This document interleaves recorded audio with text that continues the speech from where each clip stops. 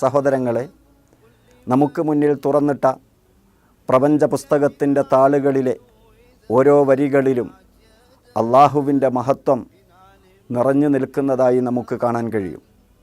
അള്ളാഹു ഈ കാര്യങ്ങളെല്ലാം മനസ്സിലാക്കാനായി അവൻ്റെ ദാസന്മാരെ നിരന്തരം ഖുർആനിലൂടെ ഓർമ്മിപ്പിക്കുന്നുമുണ്ട്. അള്ളാഹു പറയുന്നു, വമാ ഖദറുല്ലാഹ ഹഖ ഖദ്രി, അള്ളാഹുവിനെ കണക്കാക്കേണ്ട വിധം അവർ കണക്കാക്കിയില്ല എന്ന് പറഞ്ഞാൽ അള്ളാഹുവിനെ മനസ്സിലാക്കേണ്ടതുപോലെ മനസ്സിലാക്കിയിട്ട് അവൻ്റെ മഹത്വം അംഗീകരിച്ച് അറിഞ്ഞ് അള്ളാഹുവിനെ ആരാധിക്കാൻ അള്ളാഹു ആവശ്യപ്പെടുകയാണ്. പ്രപഞ്ചത്തിലെ മുഴുവൻ സൃഷ്ടികളെയും പരാമർശിച്ചതിന് ശേഷം അള്ളാഹു താല പറയുന്നതായി കാണാം വിശുദ്ധ ഖുർആനിൽ, ഹാദാ ഖൽഖുല്ലാഹ്, ഇതെല്ലാം അള്ളാഹു സൃഷ്ടിച്ച് വെച്ചതാണ്.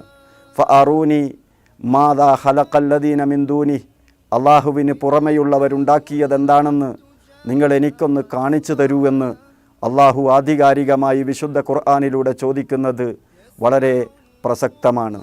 ചുരുക്കി പറഞ്ഞാൽ അള്ളാഹു അല്ലാത്ത മറ്റൊരാൾക്കും മറ്റൊന്നിനും യാതൊരു മഹത്വവുമില്ല എന്ന് സമർത്ഥിക്കുകയല്ല. അള്ളാഹു നൽകിയ മഹത്വം അവൻ്റെ സൃഷ്ടികളിൽ പലതിനുമുണ്ട്.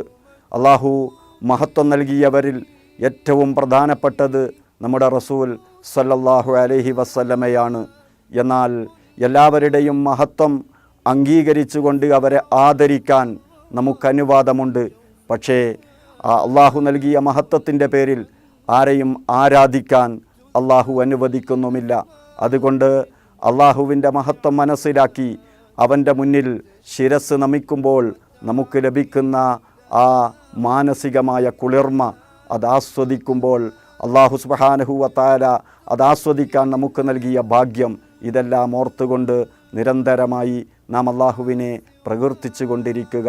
അള്ളാഹു അനുഗ്രഹിക്കട്ടെ.